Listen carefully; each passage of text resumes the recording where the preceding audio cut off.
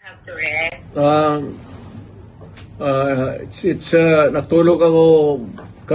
Natulog kami buong araw, ma'am. That's nice to hear. Okay, sir. Unang-una, how are you po? Talagang ang daming gusto magtanong, kumusta po si President Duterte? Sa awa ng Diyos, okay ako. Wala nga. Okay, sir. Hindi na po ako magpapaligoy-ligoy po, sir. Nitong weekend, lalo na kahapon, ang dami hong nagulantang at nagpanik dahil dun sa balita. Ano po ba talaga ang nakarating sa inyo, sir? Meron daw po ba kayo talagang warrant of arrest? Ano po? Alam mo, ma'am, what is circulating in the city of Manila, it's almost the same that's being bruited around dito because of the, communications. Very easy. As a matter of fact, it's almost instant. Ilang segundo lang. So, ang masasabi ko, ma'am, is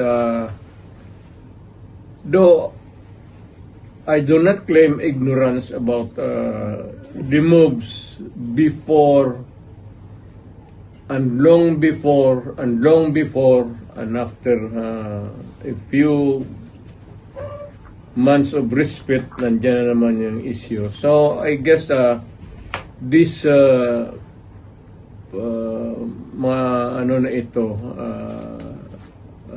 issues, I would call them, would hound me until the dying days of my life.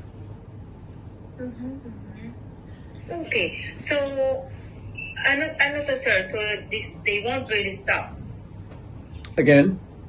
So, talagang hindi sila titigil, sir? No, as I remain, mainly if I remain to be a politician all the year round. But it might simmer a little bit down the line. Siguro pag hindi na masyado ako active.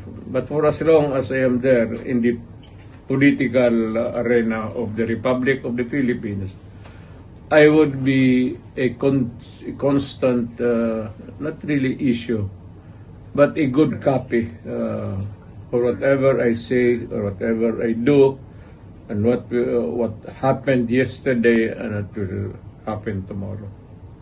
Alright. Ganon kayo. Sir, okay. Sir, does this bother you, sir? Itong mga naglutangang information na meron ng warrant sa inyo? Warrant of arrest? Alam mo, ma'am, sa totoo lang, I have been in politics for almost nearly 30 years. Been mayor and lahat na klaseng issue. Firstly as vice mayor, then congressman, then as president. Hindi ko naman siya nasabi minamaliit ko. Pagyayabang yan eh. But it's almost an day in, day out, month long, year after year. It's has become an irritation, really. Especially if patanda ka na and you still have to deal with the same questions and issues until now. Pero I take it as part of my political life. Kasi nandyan early on, nagpasok ako sa gobyerno as a prosecutor that verily as early as ilang taon lang pumasok na ako sa politika. Okay. Sir, kung sakali nga po na meron at kayo ay pasoman po, will you appear? Again, ma'am.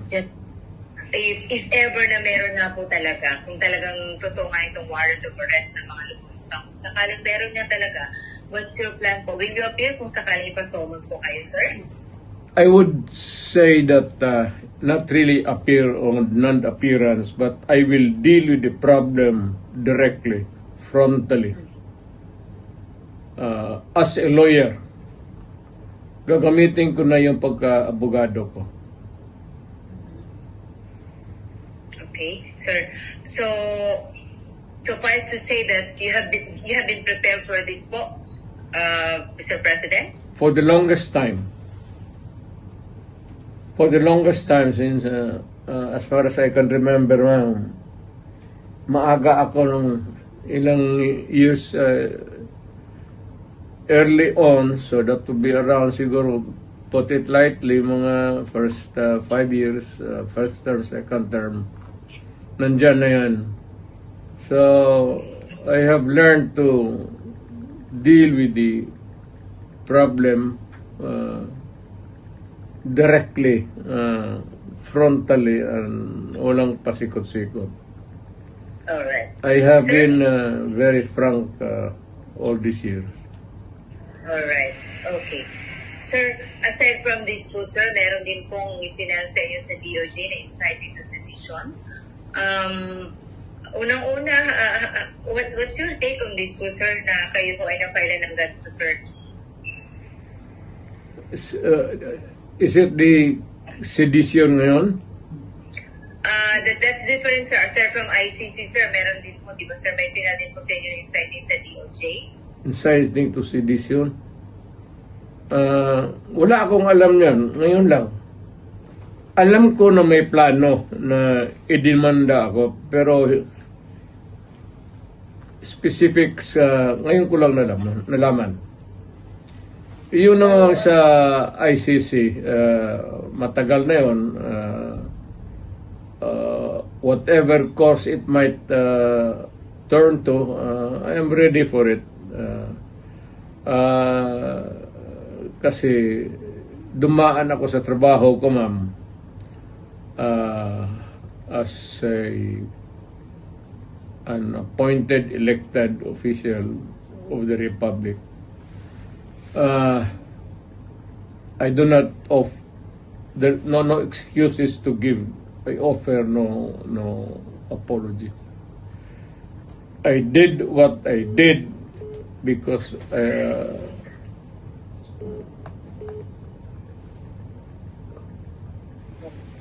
Okay. Well, sir.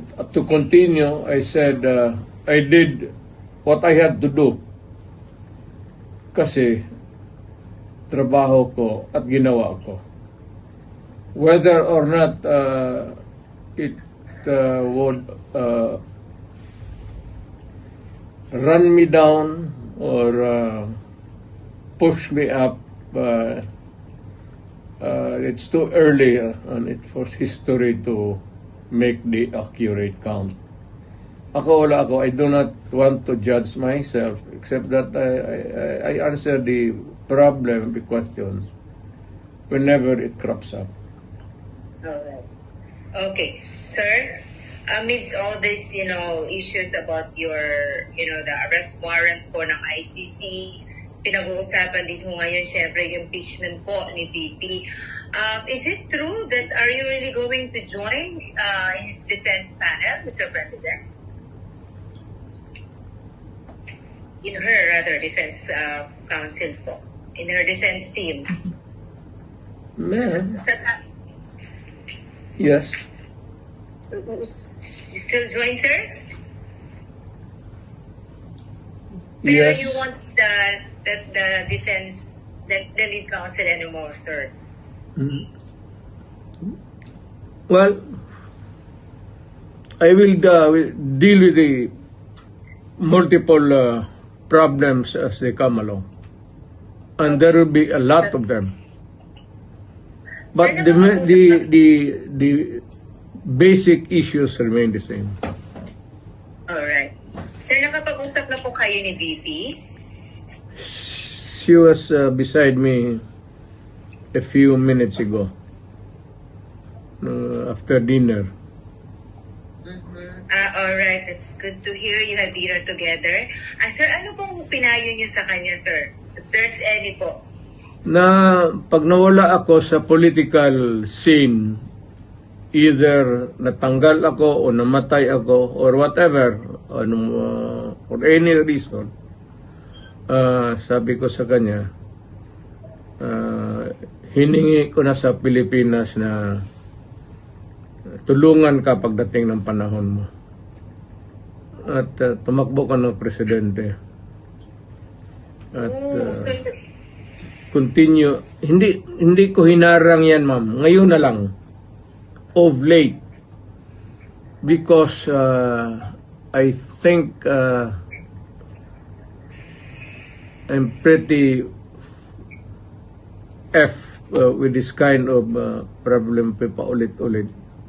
Sabi ko, sige, sundin mo na and for all the unanswered issues, ikaw na ang magpatuloy ng sumagot. At kung mapresidente ka man, sundin mo lang yung style ko at okay ka. Wag kang matakot, sabi ko, makulong ka. So did you say sundin ang style mo? Oo. Anong particularly, sir, ang style ni PRRD ang gusto niyo makuha po ni VP Sara para mag-meet okay talaga? You cannot change the Philippines overnight into a trouble-free country. But you can minimize the misery of the people in the hands of the oppressors and the criminals and all. Pwede mo na rin patayin lahat para isang hearing na naman. Sir, kaya yung mga ganyang salita mo, sir, kaya ano eh. Anyway, sir, tama yan. sir, napag-usapan niyo pa ni VP about sa kanyang impeachment, sir? Hindi naman naniniwala yung babae niya ng payo. At saka, hindi naman interesado yan kung ma-impeach talaga siya o impeachment ay proceeding. The trial itself, you should not worry a bit. I don't know, but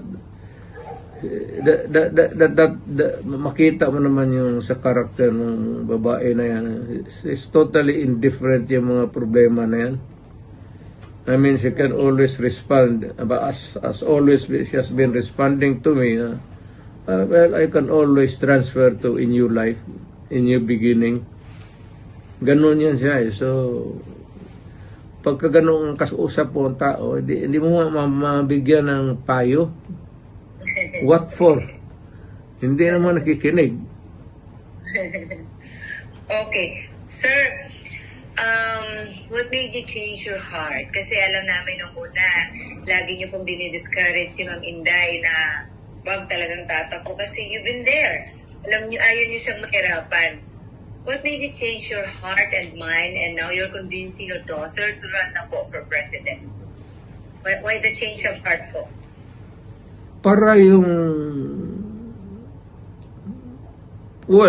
she truly loves her country. Dapat gawin niyang gawin. At this time, at this point in time, when paalis na ako at patanda na. At maybe soon, so sooner than expected, I will make my exit as a politician. And then how did she respond, or what was her reply po to you, sir? I think si Inday has become a political animal. Kasi lolo niya for the longest time, governor of Davao Province yung isa pa. Parang pumasok na sa subconscious level niya yung politika. Tapos ako, tagal ko sa politika.